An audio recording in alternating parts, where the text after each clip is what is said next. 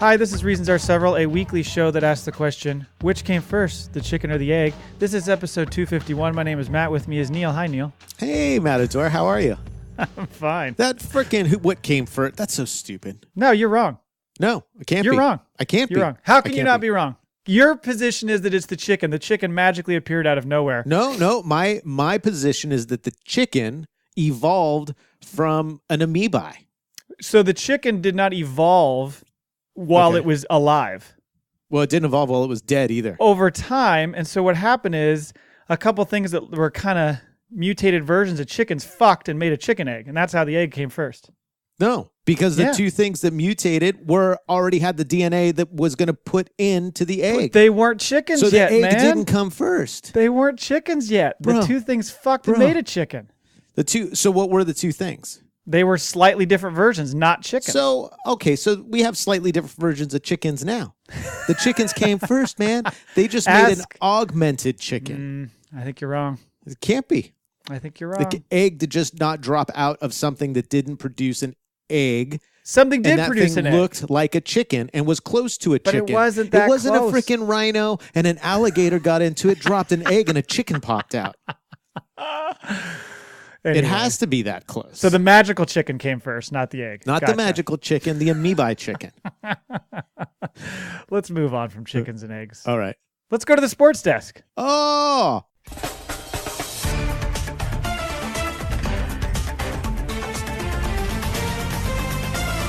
Sports desk with two dicks. Also known as the butt plug desk. I wanted to know, I was able to join for about an hour or so, but I wanted to know, how did all 5 hours of your live Daytona 500 broadcast go? It actually went really well. We had a lot of fun. We had over 600 people chime in and out over the course of 5 hours, which was way more than we thought. Yeah. Amazingly, a lot of people stayed for hours because it'll give you like a stats rundown of like the average of what people stay. Mm-hmm. We had a lot of fun interactions with a lot of our friends who usually chime in for the podcast and stuff, plus some actual NASCAR fans, which was kind of fun. Mm-hmm. And they were probably like, what the fuck is this? Oh, totally. And we tried to say like during the broadcast a lot like, hey, we're just having fun with this. This isn't we're not obviously broadcasting the race, but it was a good time. It went surprisingly, the last 20 minutes were brutal because of the race itself. Mm-hmm. But it went fine. There's definitely things that I've learned as far as doing a broadcast like that. Like if we do it, or when Annalise and I do it again, that we'll do differently. We'll definitely use the headsets next time. That would make things a lot easier. Why does that make it easier? You felt like you were always having to... No, because we were moving the mics so much to get up and down and move around that they started wanting to come off the table, and they were always in the way. Mics. Yeah, they were always like in the headsets. way. And the headsets, like the cord is so long that it'll be fine.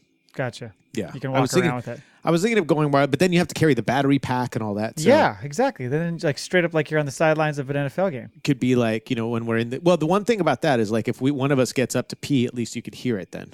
Yeah, everything should be included. But it was a really good time. It was definitely a fun way to watch the race. We were asked by a few people if we would do it again, and I think we'll do a couple races. I'd like to do a short track race because I think like Martinsville would be a little more fun because it's a little more action and you can yell at the drivers a little more.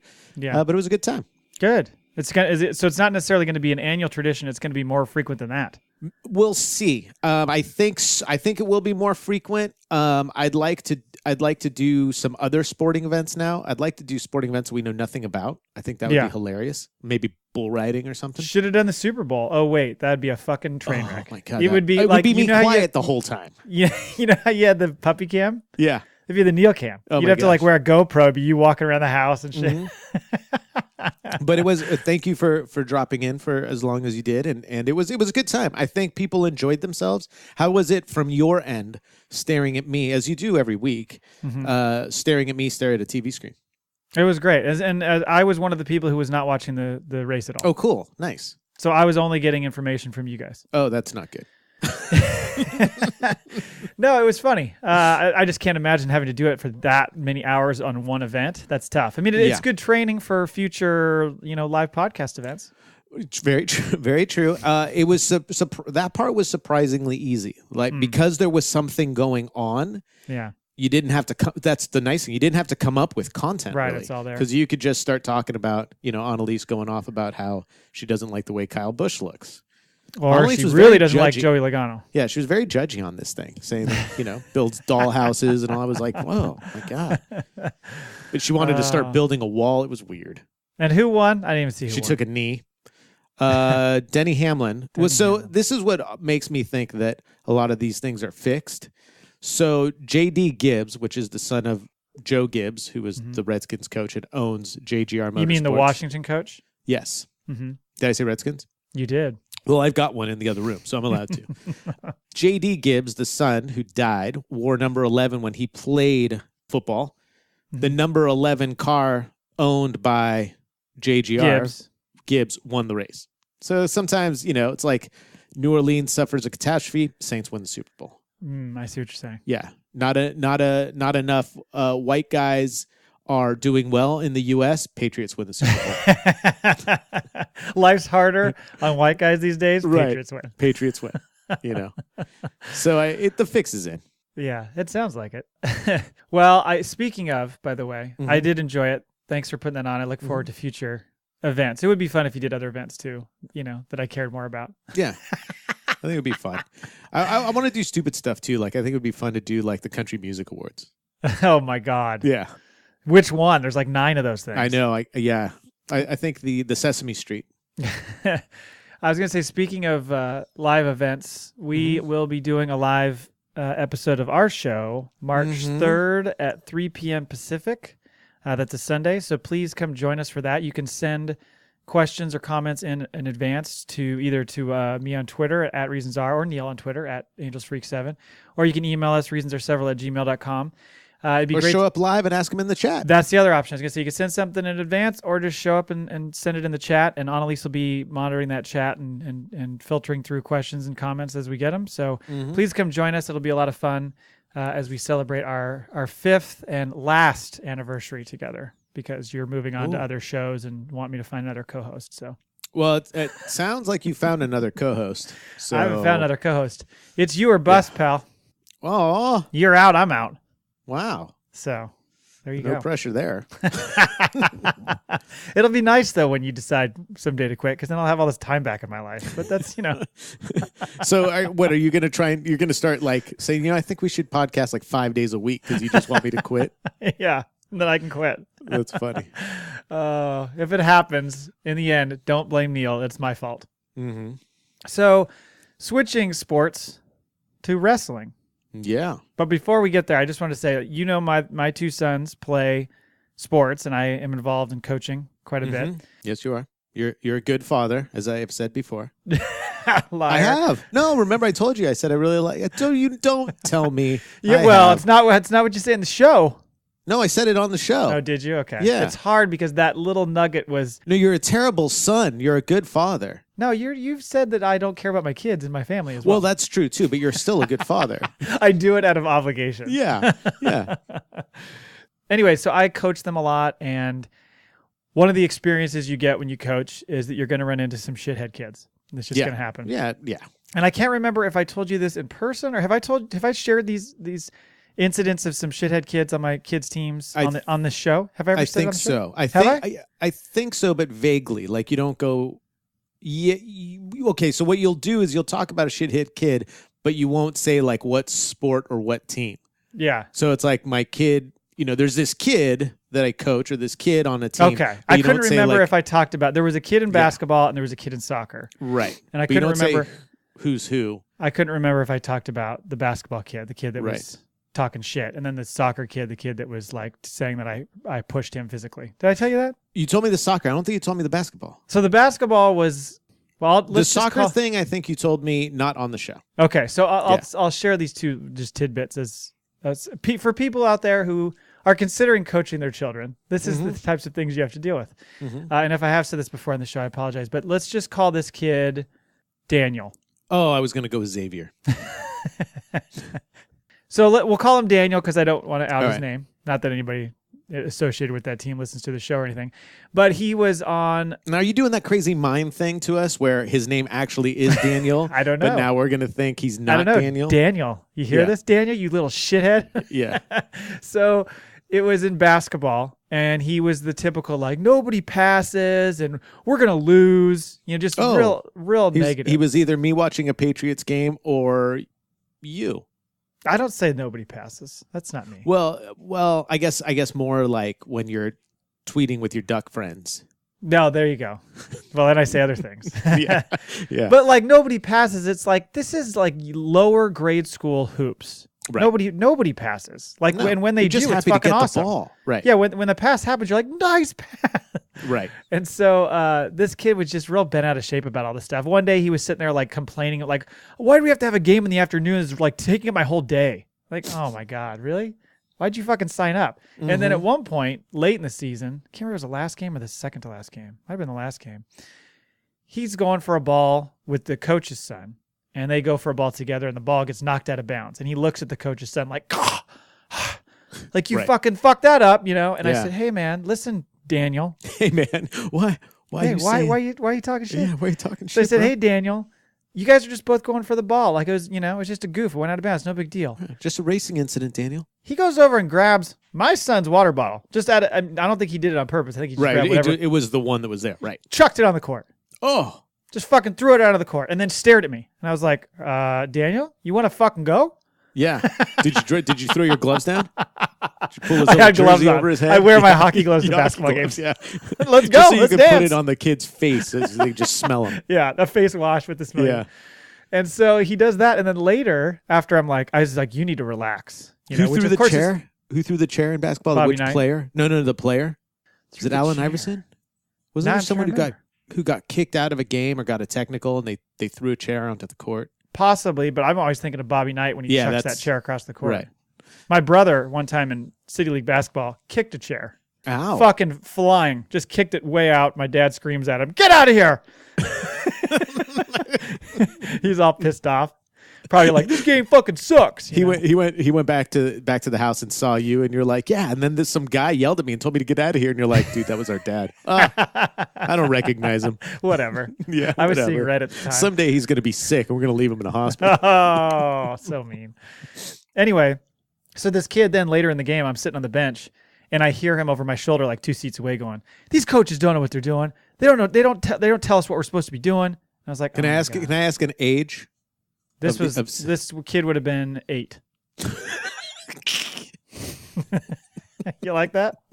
That is great. Yeah. So then fast forward to a soccer season. 7-year-old. Same person? No, different kid. Can this person be named Daniel also? We'll call this kid Gary. I say just think everyone's Daniel from now on. Everyone's Daniel. Okay. This kid also Daniel. Different Daniel. Yeah. He was just very disruptive at every single practice and every single game. Like never was there a practice where you're like, you know what, he was all right today. Never. Right. Always a pain in the butt. Just a lot of energy or just a jerk? Both. Okay. But let's go all get in the circle for a minute and talk about the game last week, and then we'll go into practice. And he's kicking everybody's balls around. Hey, Daniel, can you stop that? Nope. Right. Just keeps kicking. Like you're literally talking, you're squaring him up. Daniel, man, I need you to stop because we need to practice. Doesn't care. Just fucking right through him. Nothing matters to him. And so it got to the point where like he'd be on the bench during games, again with the water bottles, drop kicking kids' water bottles. He'd be like over messing with the other kids in the other bench, like getting into fucking almost altercations. Like little scraps? Shit. Yeah. Kind of like talking shit. At one point we had a practice and this other kid on our team, well, we got another kid now. He's not named Daniel. We'll call him Gary. Call him D2. Gary. D1 and D2. Gary did something and Daniel got all pissed off about it and was like screaming at the kid. And I was like, whoa, you guys need to separate. And Gary's like, all I did was this and he said this. And Daniel's like, you're a filthy liar. He's just like screaming. It's so bad.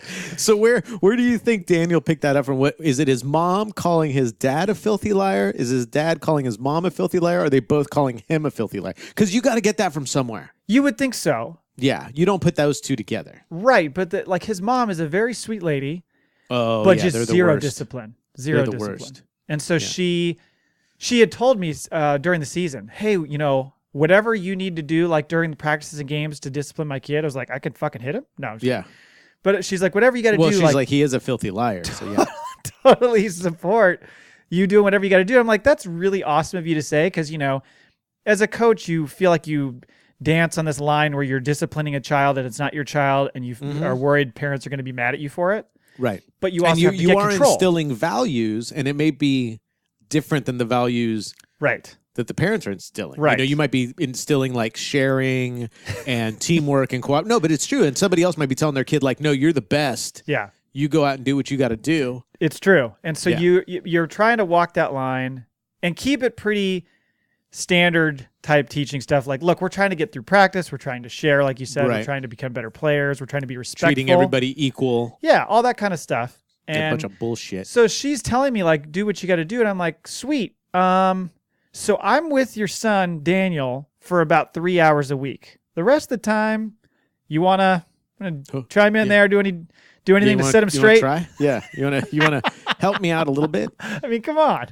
Well, I could always tell, like, when I was a kid and the coaches that would be saying that in a roundabout way to the other parents, like, you know, baseball practice would be over and then, like, the coach would go, or the manager, whatever you want to call him, would go up to one of the parents and say, like, hey, you know, Daniel's doing really well. But I'm trying to get him to learn. You know, we want him to play second base. I'm trying to get him to learn to keep his eye on the ball. Maybe you can do some work with him while we're not at practice on you know, just kind of the fundamentals of watching the ball, which pretty much is them saying like, teach your kid something. You need to fucking help here. Yeah. This is my nice way of saying right. Or it's another common one you say is like if there's an email that goes out, we're really trying to work with the boys on this, and this, on listening and doing this, and this. And usually there's like two people that they're really referring to. Right. Yeah. Well, it's like that at work though, too, in a way. You know, the email goes out saying, hey, everybody, please make sure to clean your stuff out of the refrigerator at the end of the week. When it's really, it's Daniel. Or it's Danielle. Or Danielle. Don't keep your used tampons in there. That's not what it's for. Oh, come on. That was for Daniel. He's got a weird habit. So finally, this kid at one point said, we were doing a drill, and I was trying to get him. So in second grade soccer, it's really like bare bones. It's 4-on-4, and there's no goalies. Right. So they're just small goals. So whatever. You're not supposed to play goalie. But anyway, we're doing a drill, and he's like, oh, I want to stay in goal. I'm going to play goalie. And I said, well, we don't have goalies, and right now we're just doing a drill with these 4 kids. So I need you to step aside. You'll be in the next cycle. He won't move. I'm like, Daniel, I need you to move over. I finally go over there, and I kind of guide him. Yeah. To push him, not push him, but like guide him away from the net. We've all had the coach that was like, no, you gotta move over there. Right. And so you're not moving fast enough. So right. go. So I'm kind of moving him over. I'm not shoving him or anything. He goes, no. You pushed me physically. You're like, well, I was trying to push you verbally. Dude. Yeah. You left me no choice. Yeah. And all of a sudden I started to get worried. I'm like, oh no, is he going to tell his fucking parents? And I'm going to have like some lawsuit against me for physically harming a kid when all I did was literally just kind of guide him away from the goal? Sure. It's brutal. Yeah. So all that being said, you have to be concerned with the kids, but you also have to be concerned with the parents. I think you have to be more concerned about the parents. Well, it depends. Because there's teams that I've coached on where the kids are all pretty good. Like they're all pretty dialed in. Yeah, they can get distracted and be goofy and stuff. But for the most part, they respect you. You can wrangle them up and all that stuff. It's no big deal. In most cases, we've been pretty lucky with parents. Like I haven't had any real asshole parents that I've had to deal with. Mm-hmm. But in a lot of cases, that is the way it is. In fact, my older guy has wanted to like play some different sports. He wanted to try football. And I've wrangled with it back and forth because of the whole concussion thing. You got to worry about that. And today's old-timey word brought to you by Reasons Are Several wrangled. And so his plan for playing football was foiled. No, but I really wanted to kind of give him a shot to try it, but I'm also just real hesitant about it. And lady friend is even more so. Sure. And I was like, if we did it, like it'd be like one and done. You get a concussion and you're never going to play football again kind of deal. Right. You guys have a flag league? He's played flag before, and Right, it's okay. fine. But I think he really wanted to play and like hit people. You know sure. what I mean? I think he wanted to play full contact. That's why we all want to play football. Right, yeah. of course. And so I've been hemming and hawing about that. The other one he wanted to play was baseball, which is notorious for having the worst fucking parents on earth. Oh, yeah. I mean, the worst. Like to the point where, like I said, I've had all these great experiences with coaching soccer and hoops and stuff.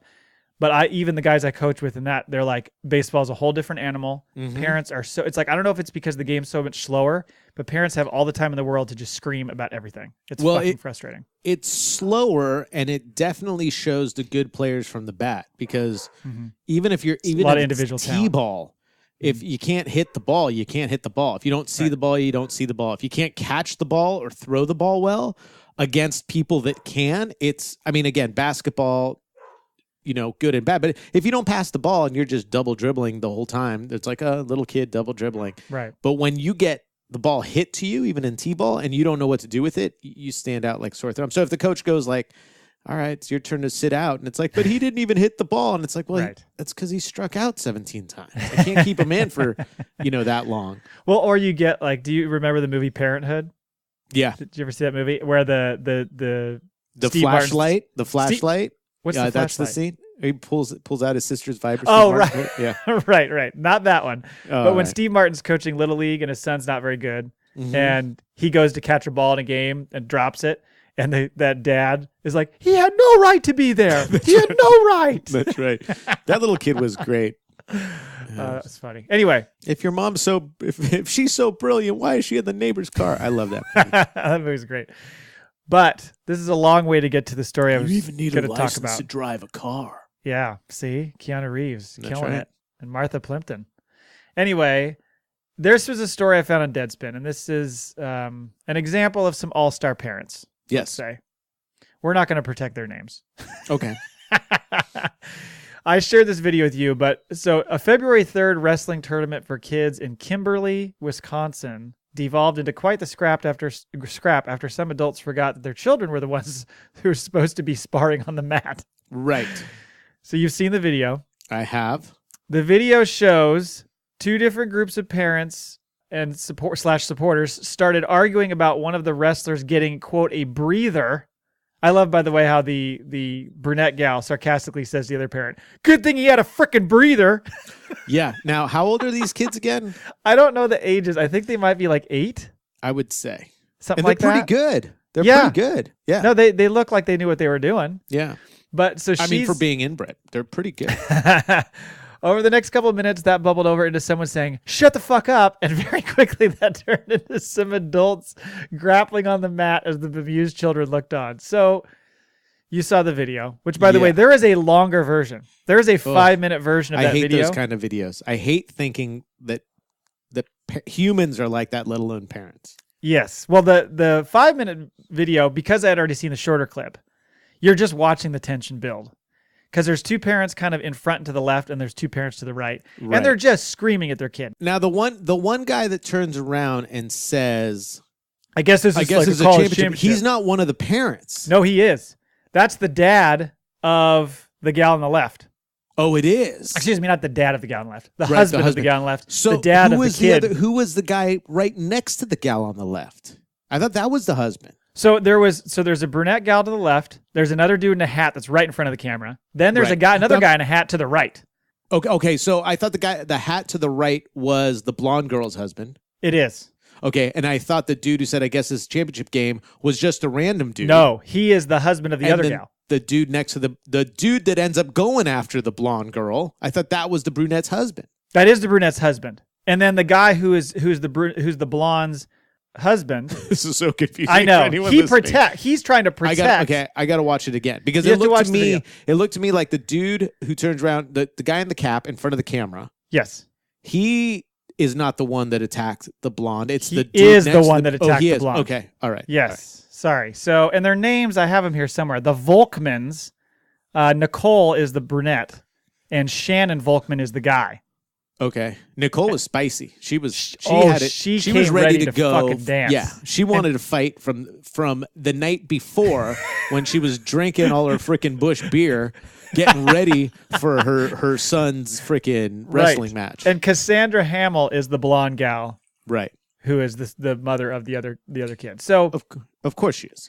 in the long version, it's like the son, the Volkman kid, so the parents on the left, he is like trying to pin this kid, and he's flinging him around a little bit. And the other kid, the Hamill kid, is like basically doing that thing where you push off on the top of your head so you don't get you pinned. do the arch. He's like back arch. the bridge thing. Yeah, right. That's what it's called, bridge. And the dad, the Shannon Volkman guy, is like, just take his head, pick up his head, and then drop it. Like basically telling him, if he's going to do that with his head, just pick his head up and drop it, and then you can pin him. And he's screaming at him. And then at some point, the kid stops. You don't see this on the clip you saw in the Deadspin article, but the kid, the Hamill kid, stops and is like freaking out for a little bit. And they're like, wait. And he's like, and that's when he got the breather. You know, he was trying to figure out what's going on. And at one point, the Hamill dad and the Volkman dad start talking to each other, trying to like sort out what was going on. And they're not in agreement on it. Right. So you see all this building. If one kid gets a breather, doesn't the other kid get a breather? Well, the other too? kid's just sitting there. He's just sitting so there they're waiting. both breathing. Technically, yes, but I think the issue that that the one kid was getting worn out. He was getting worked, and then he gets, so so then finally, when the Volkman gal, what did I say her name was, Nicole, she screams because she can see that the tide has turned now, and the Hamill kid now is going to win. Right. And she goes, "Good thing you got a freaking breather." Right. She gets pissed off. off. That was the brunette. Yes, and they start yelling at each other. That's when they're like, "Oh, shut the fuck up! Oh no, you fucking shut up!" And then the guy Shannon gets up and goes over to yell at the blonde wife. He does more than just go over to yell. He reaches out to grab her. Yes, Yeah. and the husband of her jumps in and is like, "Don't touch my fucking wife!" And so they start. And there's a huge melee. All these kids like spread out and get out of the way, and it kind of pushes toward the mat. And they all, clearly have a hold of each other. Some dude comes from out of nowhere. I don't know if you saw this guy, and has got the Volkman dude who attacked the blonde woman by the leg. Yeah. He's yanking him What I like though is now I'm totally choosing sides. I wasn't there from the clip I saw. I was more on the blonde woman's side than the brunette woman because it sounded like the brunette woman got a little chippy. Yeah. And then the blonde woman was, whatever, but then getting a little chippy back. But then the brunette's husband went to the blonde woman. And then once they pulled him off of her, then the blonde woman was like, "Oh, I'm going after brunette now." So it was hard to tell her purse. Did you see her try to put her purse back on her shoulder? Yes. She's like, "Hold on a second, I gotta put this back on." Well, and I couldn't tell if she was doing that or if the guy still had a hold of something on her. Maybe. Because she kept going forward and then she tackles the brunette and they fucking go down. Now, granted, this ref is sitting there. And I cannot believe the ref didn't go like award points. Like he should have told that would have 2-point takedown. Well, he looks confused because he was doing that thing you do like when like a homeless person starts yelling at you. And you're you like, don't know how to react? I'm going to look down at the ground. I'm going to like check my pocket real quick, make sure I have my keys. And suddenly, I got to go across the street. That's how he looked. He was like, what? No? Oh, exactly. By the way, the article goes on to say, after conducting an initial investigation, it was determined, this is a quote, that some parents who attended an athletic event were involved in a verbal and physical altercation.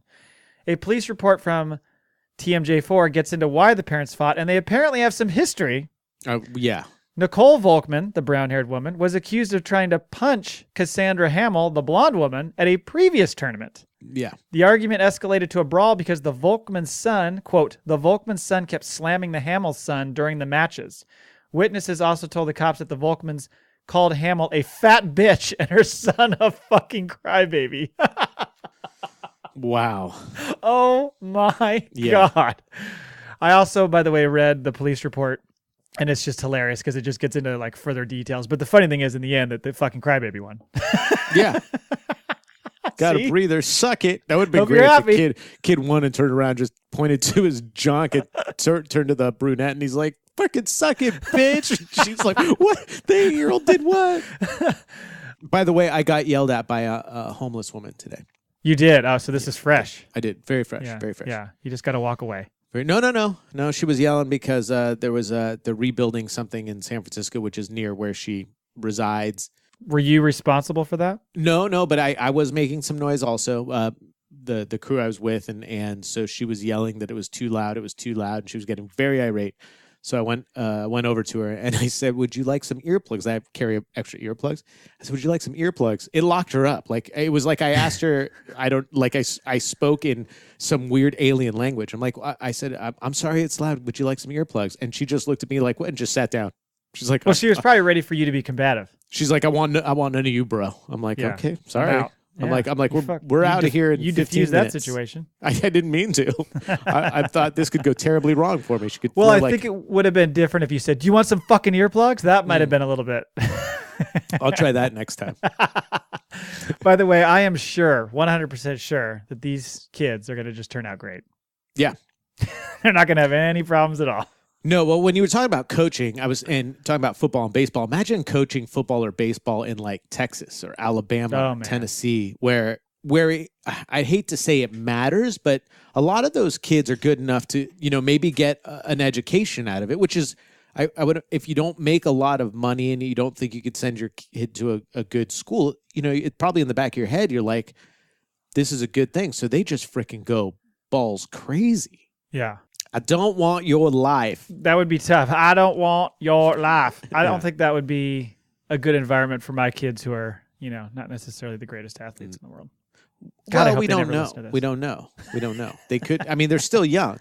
It's true. Could develop. Yeah. They got an interest. That's all I care about. I was terrible at football when I was young and never got any better. So. But you have the concussions to last a lifetime. I was good at the sport I hated and terrible at the sport I loved. All right, should we move on to the Yelp desk? Oh, let's do it. Yelp desk. So, let me ask you this.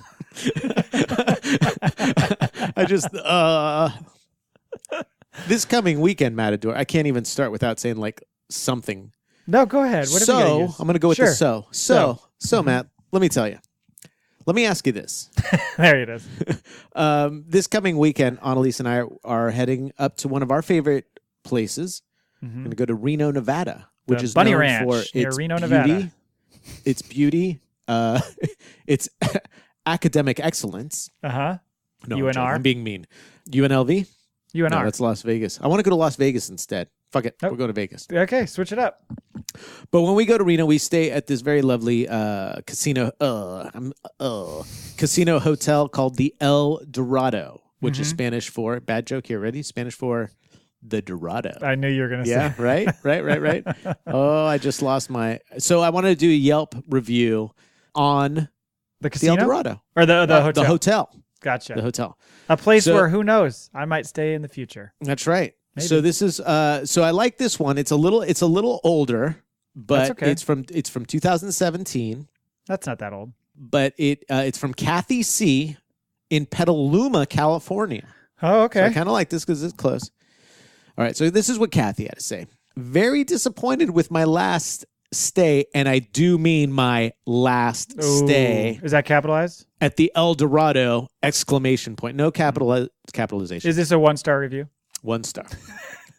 Checked in on a Tuesday. My gold players card was no good because a year earlier they switched to a new promo card. Okay, that's fine, but I lost my $87 of comps, which was demoted to the bottom of the barrel card, which allowed A-L-O-U-D. No, A-L-O-U-D. Aloud, like she's thinking aloud. Right. No discount for the buffet. Yeah.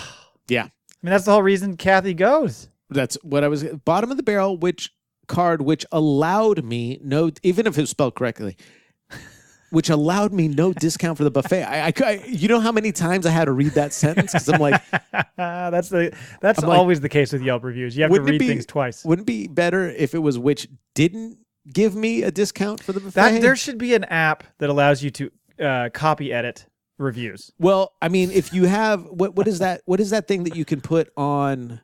Hold on, because Grammarly. People should just use Grammarly. Oh, it actually sits like so. It helps you. It'll do it all. She for doesn't free. care. Kathy's fucking firing Kathy's darts. pissed. She doesn't care. No, I meant aloud. ALOUD. Thanks. Yeah, no, I was thinking it aloud.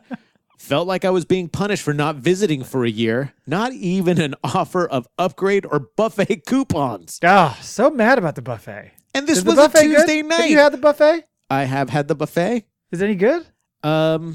It's a buffet. I don't think so. Yeah. No, I mean the salad. I would say this: the salad bar at the buffet is actually really good. That's typically the most reliable thing at a buffet is the salad bar. They also make their own donuts there, and those are good too. Really? But everything else, the raviolis are okay. They're known for the ravioli, but everything else is not really good. I've never had dinner there. Funny enough, there's a buffet in Tahoe, I think at Jerez on the 19th floor, the 17th floor, that's actually amazing. But this is not Tahoe. Okay. Anyway, mind you, hold on. No, and this is a Tuesday night, mind you, not Friday. Yeah. Our room had sheets with holes in them. Oh. Room was underwhelming. Can't believe how much this hotel has become run down. Customer service at front desk is terrible. I used to feel welcome and made to feel like I mattered. Uh-oh. Are there D's in that? There's a lot of D's in that. Like I mattered when I would stay here, but not anymore. My last 2 stays over a year ago, and I could really tell things were getting bad there. Holes in the sheets, though. That's pretty bad. That's pretty bad. One person voted this review funny. Can you do that? Yeah. What's really funny is El Dorado is actually really good about responding to these 1 stars. That one got no response. Yeah. They're like, that's a lost cause.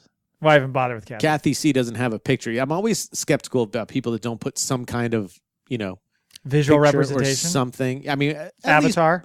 At least put the avatar of your, podcast up there. So there we go. So El Dorado. Well, but you would give El Dorado how many stars? I give them 4. Yeah. Which is good. a lot. I do the thing that I got upset with you about doing, which is you gave somebody 5 stars? I gave somebody 5 stars because I was doing it with like the expectation level of what it should be, and you were saying right.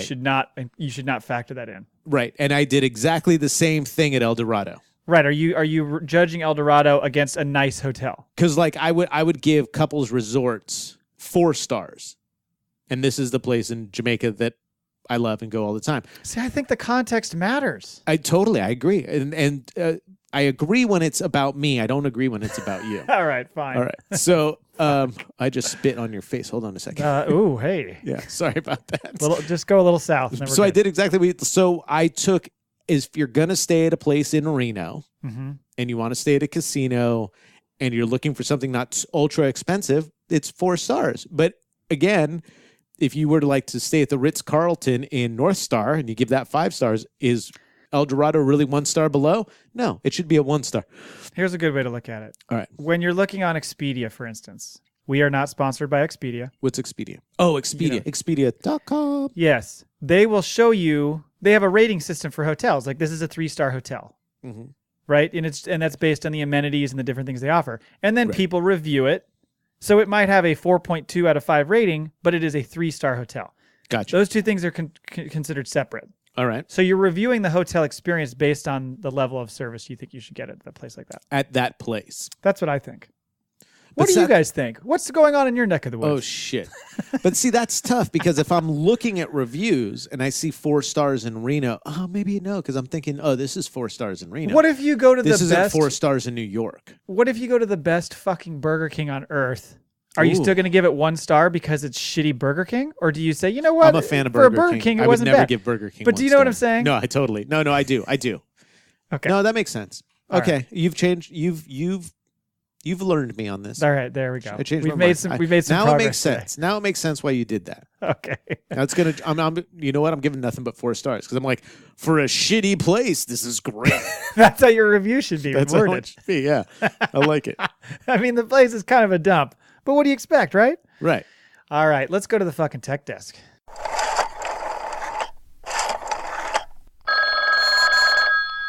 Thanks for calling the tech desk. I'm definitely a human being. How can I help you? Nope. So this is from last week, as you can tell from the intro. This is a bit long. I'm going to blast through it pretty quickly, but there's some funny shit in here. So, happy Valentine's Day, as you can tell from last week. Since it's 2019, you and a partner could celebrate by installing an app on your phone that lets you control a vibrator your partner discreetly wears in their underwear all day. I mean, if you wanted to. Yeah. Thanks to the burgeoning industry, I always feel like I'm saying that word wrong. Burgeoning industry of teledildonics. Yeah. Woo! I'm all about teledildonics. We're back. Speaking of teledildonics, have you been to the Reasons Are Several merch store? Because we have a shirt specifically about teledildonics. I don't know if I mean, I think it's funny. I can't imagine anyone actually buying and wearing it.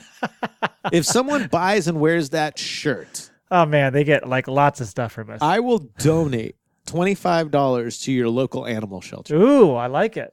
So you're going to make money on the deal. Well, the animal shelter sort of. is. The animal Yeah. shelter is. But if you're local no-kill animal shelter, Right. I don't want you to be like, okay, I just almost made one of the most racist jokes in the world. Right. So I will digress at this point. That's probably a good idea. Yeah.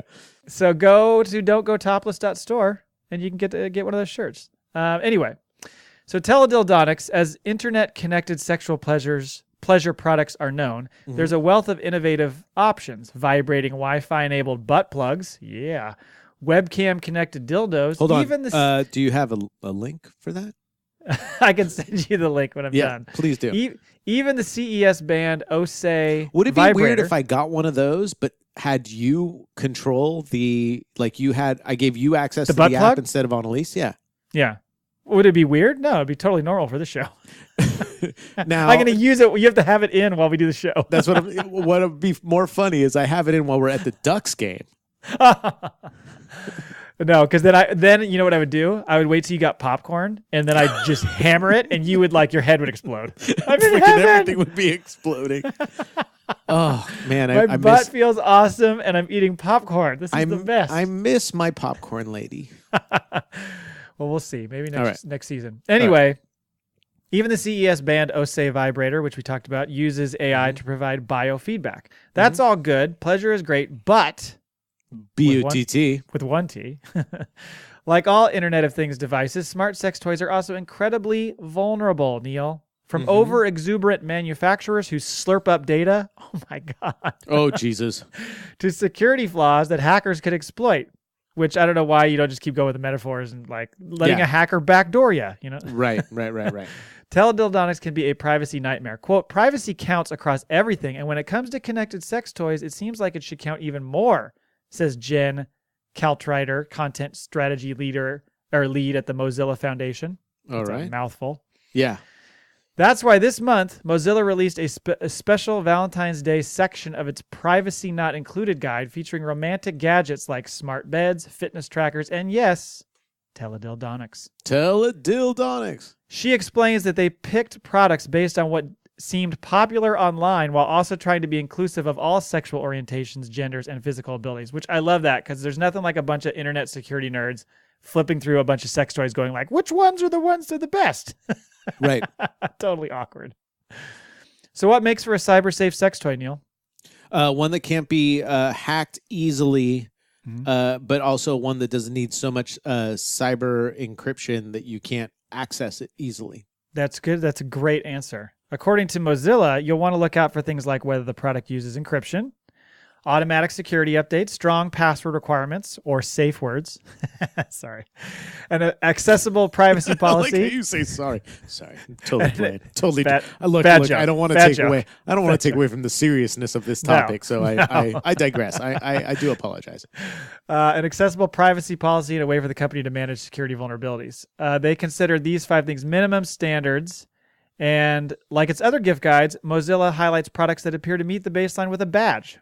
I don't know if a badge works in this case. I feel like there's a better symbol you could use to provide the safety. Yeah, you could be like, 1 sphincter, 4 sphinctors. Right. Like a 1 through 5 sphincter. Yeah, let's play to your audience here.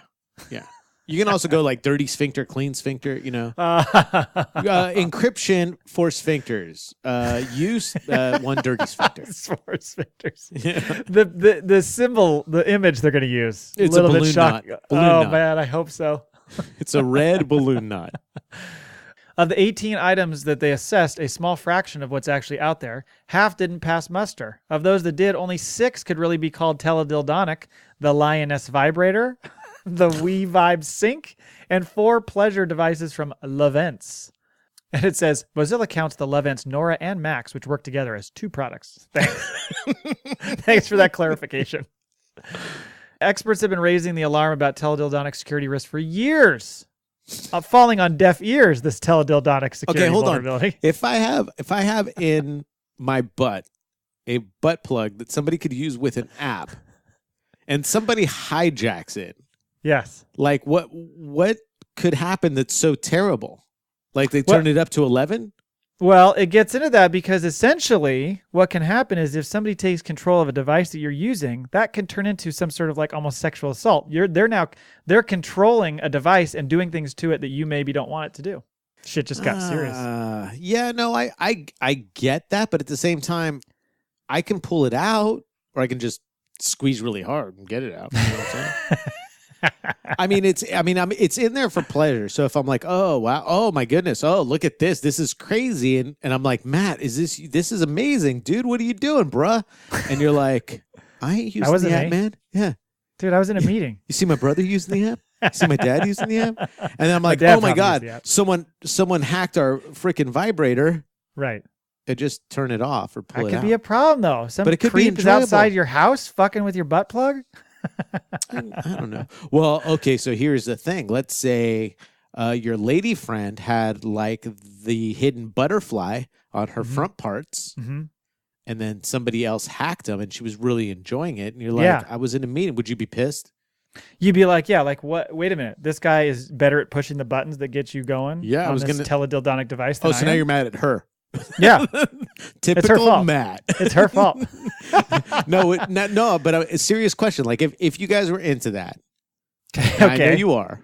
Okay. And so she had this thing and then you found out that it got, or you both found out, like she was talking like, oh my gosh, today, while I was picking up the kids from school, freaking, you made me hit it 3 times. Freaking ding that bell 3 times. And you're like, I wasn't playing with the app. Yeah. She's like, what? And then you found out that it got hacked. Would you be upset or you'd be like, oh, that's freaking awesome? I think we would need to look into the security of the teledildonic. Yeah, I think I'd find the person. I'm like, oh, man, if you could pull that off. If you could do this like once a day for me, bro. Starbucks card for a year, you know what I'm saying? But just do me a favor. Text me when you do it so I can take credit. So I can be like, hey, how you like that? I like to do like real sexy talk with Annalise. So I'm like, what's up? Yeah? That's all I say. Yeah, during sex, that's all I say. What's up? Can you stop doing that? You're ruining it. Yeah. What's up? Yeah. What's wrong? She hasn't had an orgasm in like over 10 years. It's terrible. Oh, poor gal. Poor gal. By the way, quote, in the IoT space, teledildonics is one of the biggest threats that exists. They're really taking this serious. Wow. Says Amy Stepanovich, U.S. policy manager at something. Researchers have demonstrated now how easy it is to hack into popular products time and again. These devices, like other IoT devices, are being produced by companies that have never connected products to the internet before. So they don't know the pitfalls of the security. So take the oh my God, I don't know if I can say this. Take the Vibratissimo.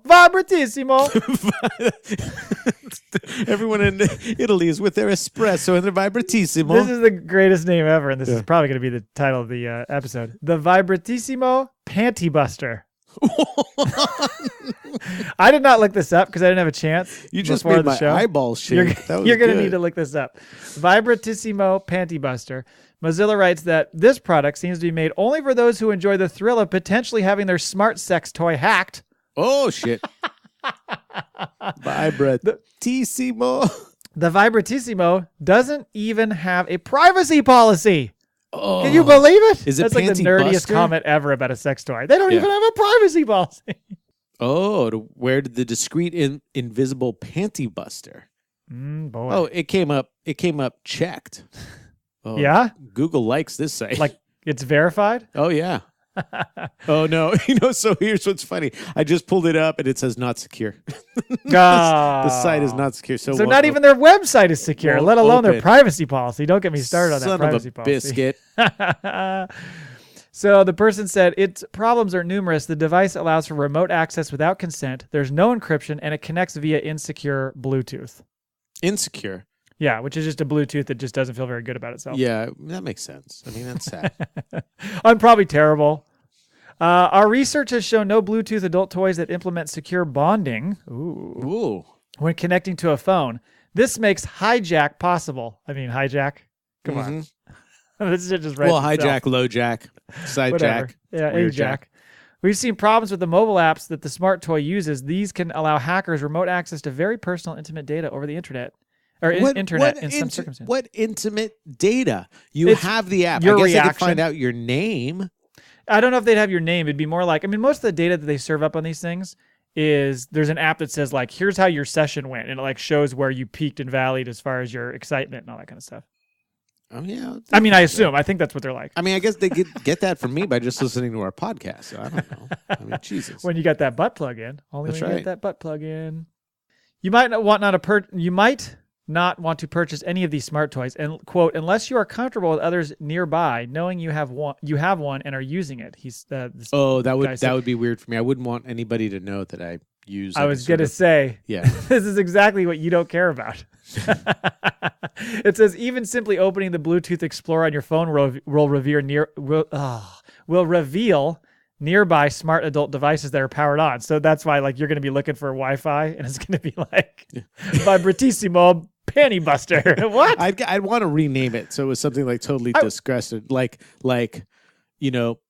prolapse session. People are like, oh God, I don't know if I want that. Yeah, nasty. When Bluetooth is used to hack into and take over a sex toy, it's called screw driving. Wow. A term coined by pen test partners in 2017 when its researchers discovered that the Levent's Hush butt plug could be found and remotely controlled via Bluetooth. That yeah, like pair. Well, what's funny about that is so you pair it, and then like, let's say you leave your phone out, or you're like, like, hey, can you pair my phone to the the speaker, and then like your partner picks it up and it's like, wait, why are you paired to this? And you're like, oh my God, that's Dawn's down the street. Uh-oh, busted. Panty busted. And is that DON or DAWN? You don't know. Oh. You don't know. Good question. That's about it. It just goes on to talk about. That's about it. I mean, it does talk about the thing about, it says, the last thing it says, there is a lot of judgment leveled against the people who would want to use these devices without considering that they could have benefits for people, not only people in long distance relationships, but even people in rehabilitation from former sexual traumas. Because they're talking about policymakers regulating this industry and why they're reluctant to do so. Because they're like, oh, these are freaks that are just using these toys, Thanks, Obama. Yeah, no. It is very interesting. I mean, well, we've talked about it, and sex is such a weird thing because there's so many things that are like okay to be, it's okay. Like, hey, if you're a dude and you pound a bunch of puss, you're cool. But if you're a chick and you freaking ride a lot of dick, you're not cool. And then if you're like a guy that likes their butt played with, you're not cool. But if you're a guy that likes to slam it in someone's butt, you're cool. It's like, what's going on? There's a lot of rules I don't know. Hey, you came in just in time. I think you summarized that really, really well. Annalise said I heard butthole. I'm assuming she just walked in the room and immediately left because she's like, I think I came in at a bad time. I think she just likes to come in and make sure I'm not doing anything right now. With the Does he have his butt plug in, Annalise? Jesus. No, I'm good. Thank you. She can stay. She's been hanging out with me. Why are you so mad at her? My wife just unloaded on the Doberman. Why you got to talk to the dog like that? Hey, do you see me talking to the dog like that? Matt's not talking to the dog like that. Why are you talking? All right. Sorry about that. That's okay. So you're right, though. And you summarized it really well. If you're just about to pound a bunch of puss, I love that expression. That's a good one. Is that what I said? Yeah, you did. If you're a guy who just like to pound a bunch of puss, like, whoa. That's exactly how a guy would say that, too. Pretty much. Yeah. You know Neil? Well, if you know me, that puss. If you know me, I'm pretty much a dude, about as dudesly as it gets. For sure. People dude bro me all the time. All right, well, let's change topics here because we've talked, I think, enough about teledildonics. But be careful about exposing your teledildonics. But let's talk about something you mentioned a couple weeks ago, and we didn't get around to talking about it in that episode. In fact, I think I even edited out those references because I like to edit out a lot of the things you say before I post the show. Yeah, you do. But you were talking about soaking. Yes. So, Matt, let me ask you this. This is from therooster.com. This is something I heard about a long time ago. Okay. I have some friends that are Mormon. Okay. I have some people I hate that are Mormon. So Mormons are pretty much surrounding me. Thank you for giving an even keel approach to Mormonism. Yeah, well, it's I like some, I hate some of them, Yeah. No. Well, yeah. So sex is sinful. Yeah. Just want to throw it out there. Unless you're pounding a bunch of puss, then it's cool. So Mormons must get creative to get laid. Oh. Quote, in Mormon culture, sex is the devil, says Kristen, 26. And then Kristen has an asterisk. So I wanted to find out more about Kristen. Hold on, though. The devil, and I know you're going to expand on this, but what do you mean I'm sex is good the at devil? You see how many kids those Mormons produce? Well, they're all Satan's spawn, if you think about it. Mormons are like old school Catholics. They just freaking keep pumping those kids out. Wow. It's true. I was raised Catholic. I was surrounded by Mormons growing up. Catholic. What's it? Can you tell me, because I forget this all the time, what's the difference between Catholic and Christianity? Catholicism and Christianity? Catholics are real big on Mary. As in the mother? Yeah. Mary? Okay. Mm-hmm. Big time. Big, Not huge as in Mary. Big Mary M-E-R-R-Y? Not as in Merry Christmas. Like, we're just happy all the time.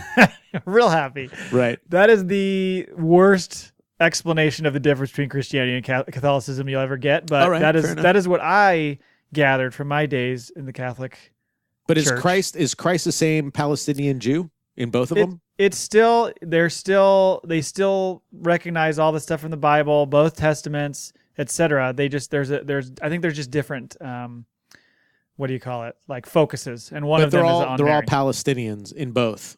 No, he's a white guy. Oh, he's a white guy. Okay, fair enough. Fair enough. No, he looks. Are you kidding me? He looks like Fabio. no, he looks like Triple H.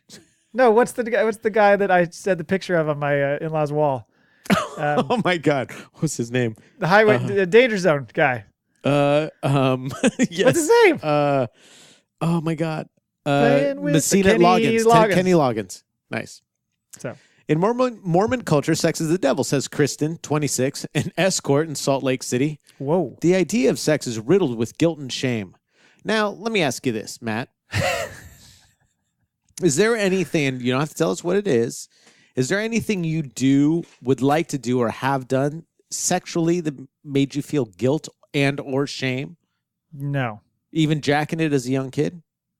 I mean, I would say that certain things that I don't necessarily openly share, it doesn't mean I'm ashamed of it so much as I just feel like it's a private matter. You know what I'm saying? So, With that statement that you just made, you made yourself sound way more kinky and weird than anything I've ever said on this podcast ever. why?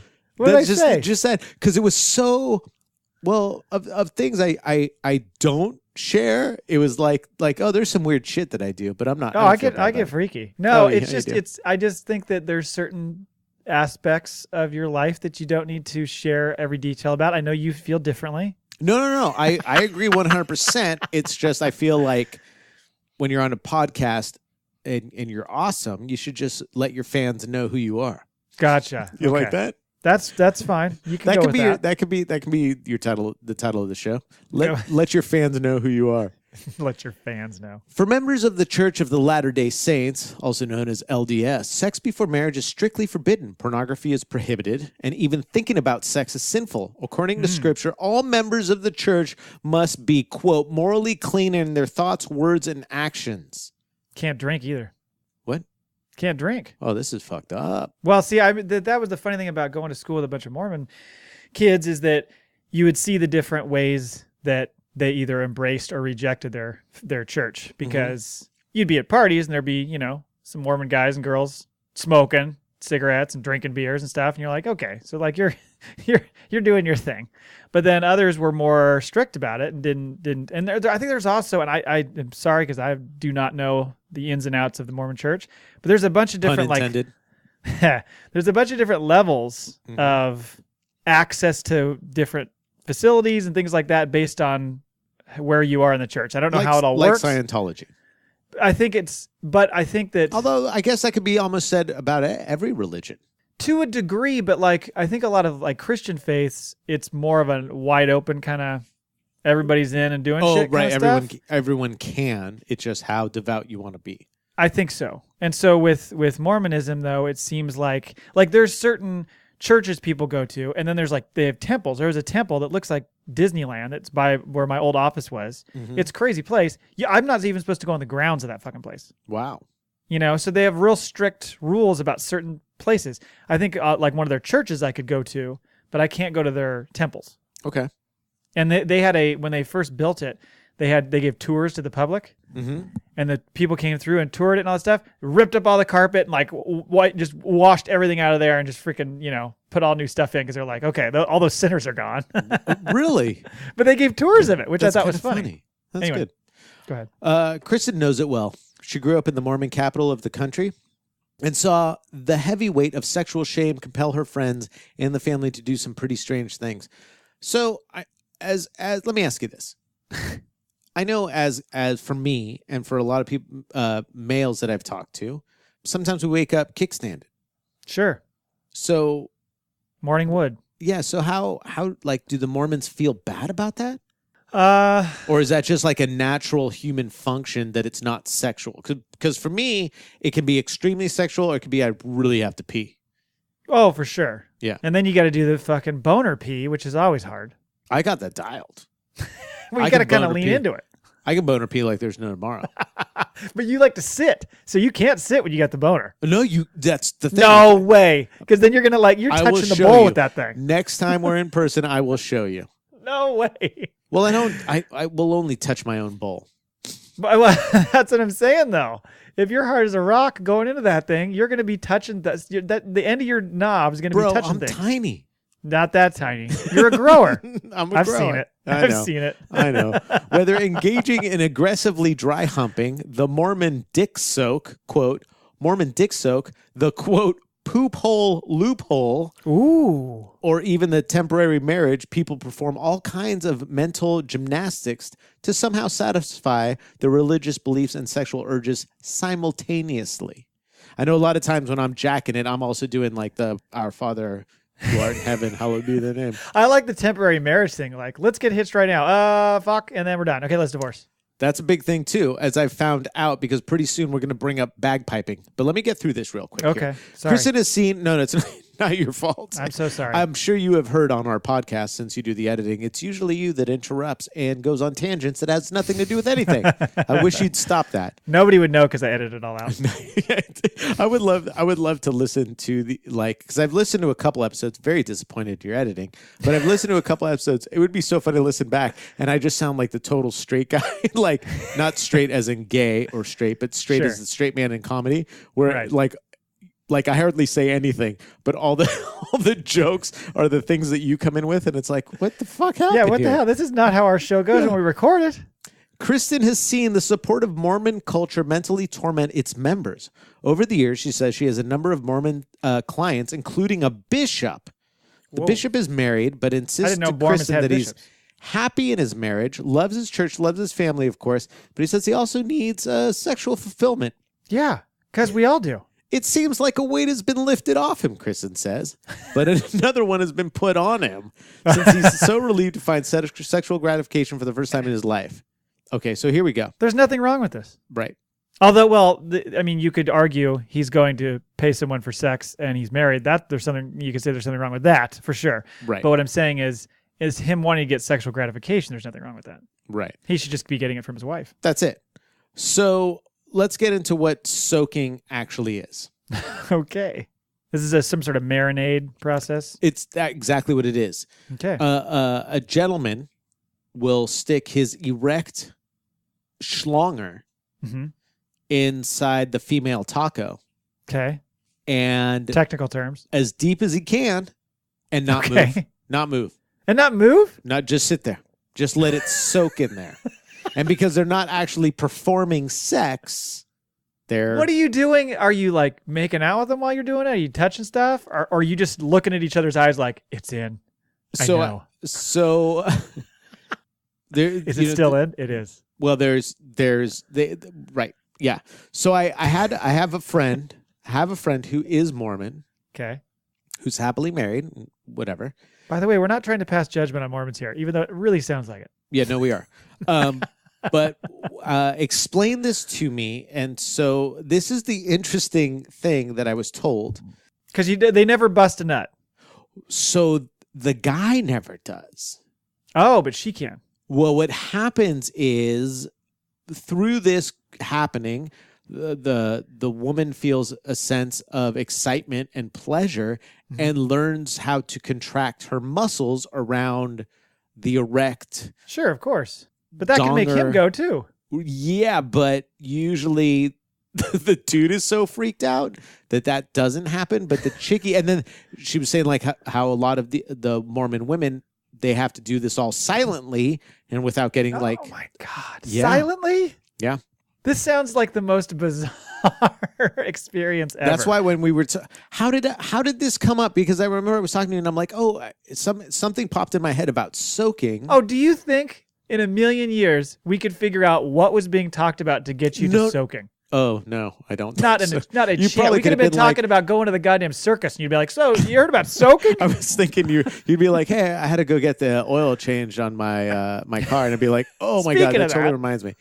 So By the way, do you think that there is no talking? Are you looking at each other? Are you like staring out the window? Like, what are you doing while this thing's in my there? understanding in my research is that you're actually clothed, you're Oh. fully dressed, you just whip out. You're going through the opening in the underwear?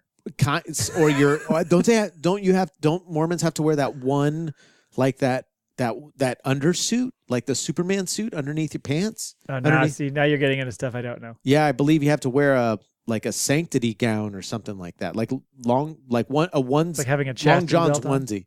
Yeah. Huh. And so then you just kind of pull it out, and then the woman needs to be close because you can't see boobies or anything. You can't see anything. And you just kind of jam it in there and then just hang out. And so the guy's got to get hard without any, foreplay. Oh, Or come on. visuals. If you haven't had the enjoyment of that, but you have a girl that says, I want Hey, you to marinate. I in want me. you to marinate in me. I want you to Yeah. soak me. Yeah. You don't you think- would I you mean- would be like, zonk, straight Dude, you out. could say that to me right now. And I'd be like, yeah, okay. That's going to be weird. I just hear But- the table go. Yeah. I guess I'm going to help make a brownie. I don't know. Whatever. So that's what happened. So what happened earlier today was that I lost this article. Is and this I with the didn't- homeless woman? Oh, sorry. Right. I lost this article and I didn't see that you put it in the doc. So I was on my phone at work looking for this article. Mhm. And I couldn't find it. But something else came up called bagpiping. Okay. Is this also Mormon related? Yeah, it is. Oh boy. It is. This is when you have sex with the armpit. Not your own, mind you.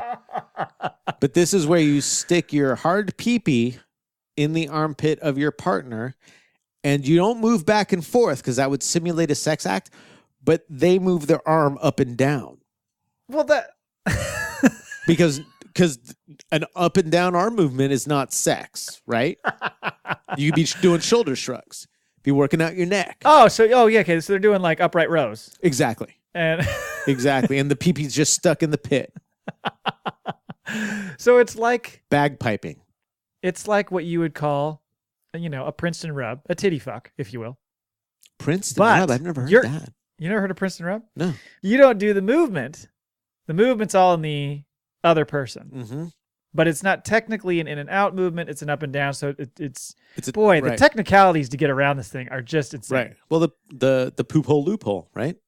What's the poop hole loop? Oh, just go fucking somebody in the ass because then it's not the same. Wow. You Is don't have to be having gross sex. about it. Sorry. Jesus. But then could you do the knee pit too? Can you get that? Oh, that's pretty that cool. I leg think that going? would be too sexual. Sexual. That'd be too sexual.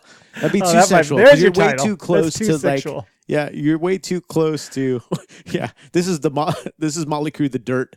It's too sexual. It's too Nixie sexual. Way too sexual. Yeah, I think you're too close to the Vg. I guess so. I don't. The Chabuddy G. Have you watched that show yet? Oh, I see now how we get on these subjects. People just do nothing with the rappers in the UK.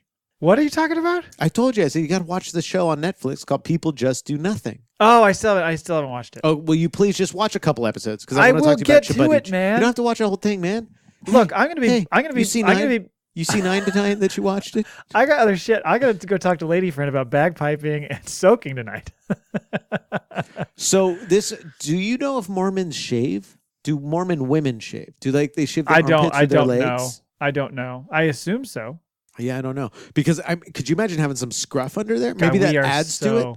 We are so well. There you go. It adds to the experience because then it feels a little bit more like you're getting busy with somebody who does not shave their parts. What? They don't shave the inside of their parts. I understand, but I'm saying that there's proximity to your. Right. Okay. Well, I know. I mean, I know over your place, it's a freaking Amazon forest going over there. So don't talk about my stuff, man. Rainforest. I meant both of you. I wasn't. I wasn't not including your lady soaking friend. though I'm still confused about soaking and the act of just sitting there like not looking, not moving, and just looking at each other like. Nope, you don't even look at each other. You can't look at each other. That's what she said. She said you seriously, it's just in and you just. What are you doing? So what do you want to do later? Like your head is buried in the pillow next to like her head and neck area, and she's looking at the ceiling. Yeah. Or vice versa. Now, I think part of this could be like fun sex play. Like I'm just going to put it in and let's see if we can get each other off like without any movement, like with squeezing and butt plug remote. Butt plugs, whatever. Something. But the poor Mormon people, I can't believe that. I don't understand. I guess there's just a fear that God will see you or something because like don't you think they would just be like fuck this, nobody's going to know? But God knows everything. God knows because he can see. He can watch because he's like watching you soak, which is real creepy. Right. And then he's like, "Wait a minute. Don't you move your hips, sir. Keep those things dead." Do you think people that are very religious, that like when they're sick and then like they're no longer sick or their kids come through like this miraculous I can't say that word. Sure. Muriatic acid bath. You're not going to get sexual, are you? And I'm getting sexual right now. And they're like, well, it was God's will. Do they think like all the other kids that died, like that God said, man, I don't like this kid. You got Well, it's similar to how the losing team, God was not on their side. Right. He was only on the side of the winning team. And then I wonder since like it's like most of the time, especially in our country, it seems like, never mind. Okay. I digress. You're going to go off on some big long crazy, ride. Yeah. I decided I was the most racist person I know. I decided this the other day. Accidentally? Yeah. I was talking about something. I'm like, I'm a racist ass. Well, let's not dive into that. Keep that bottled up. I'm going to soak it. Will you do me a favor? Will you try soaking with your lady friend? No. Why?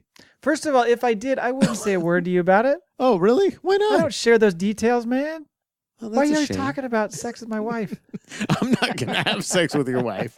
My God. No, I like I don't need to be laughed earlier, at anymore. Like I explained earlier. Yes. You already have a woman who understands. That's right. Yeah. Like I explained earlier, there's you saw how small she is? Oh, wait, your wife's really small too. There's things that I do that I don't need to tell everybody about, right? Mm-hmm. So who knows? Maybe I've already soaked. Maybe I'm an avid soaker. Did you ever think about that? All I'm saying is, will you try it? You don't have to tell us about it. Just try it. See what happens. We are totally going to soak in Eugene. Sadly, I'm gonna think it's gonna be more like we're gonna kind of like, Let's like bagpipe. There's a washer. Let's be real. Let's bagpipe. There's a washing machine and there's a dryer. Mm-hmm. The male-female version is the washing machine. It's the soaking. The male-to-male version is the dryer. Right. I think that works. Or are we just bagpipe? Oh my God! We could 69 bagpipe. You get a couple buddies together. Get a couple buddies. You know what I'm surprised that the Mormons have not talked about, or maybe it's just not covered in this article. Yeah, is the old Dutch rudder. Although that's too much. That's too much. The Dutch rudder is like if I'm holding my ding dong in my hands. Yeah. And a girl's next to me and she moves my elbow. Oh no, that's way too. Technically, that's sexual. she's jerking me. You can't do the sexual move. Yeah, you can't do it. No Dutch rudders for Mormons. No. Sorry. All right. I think we've covered enough disgusting talk today. Just kidding. It's real life. This is sex. It's not It's happening. Gross. They have articles about it on the rooster.com. Right. It's real. You know what? Soaking is real. It is. And so is bagpiping. So is bagpiping. Okay, on that note, thank you for listening to our show. You can find us at reasonsareseveral.com. Remember to go check out our podcast shop, don'tgotopless.store. You can find some lovely shirts, including it sounded like dildo topless.store. That would be good. That could be. Please go out and write a review for the show. Go check out Neil's other podcast, Dark Angels and Pretty Freaks, as well as the Halos and Heathens vlog. Remember that on March 3rd at 3 p.m. we will be doing our 5th anniversary show, so please join us live. Send us anything in advance if you like. Tweet at us at ReasonsAre, at AngelsFreak7, and you can email us at reasonsareseveral@gmail.com. Whew, that was solid. It's hard to get through all that. Yeah. Man. Whew, I need a nap. Need good soaking. I need a good soaking. All right, we'll talk to you later. Bye.